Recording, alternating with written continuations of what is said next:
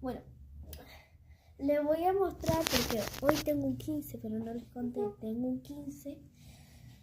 Y lo que me voy a poner, les voy a mostrar. Alquilé mi vestido. No me lo mandó a hacer. Siempre, no, yo me empecé a alquilar.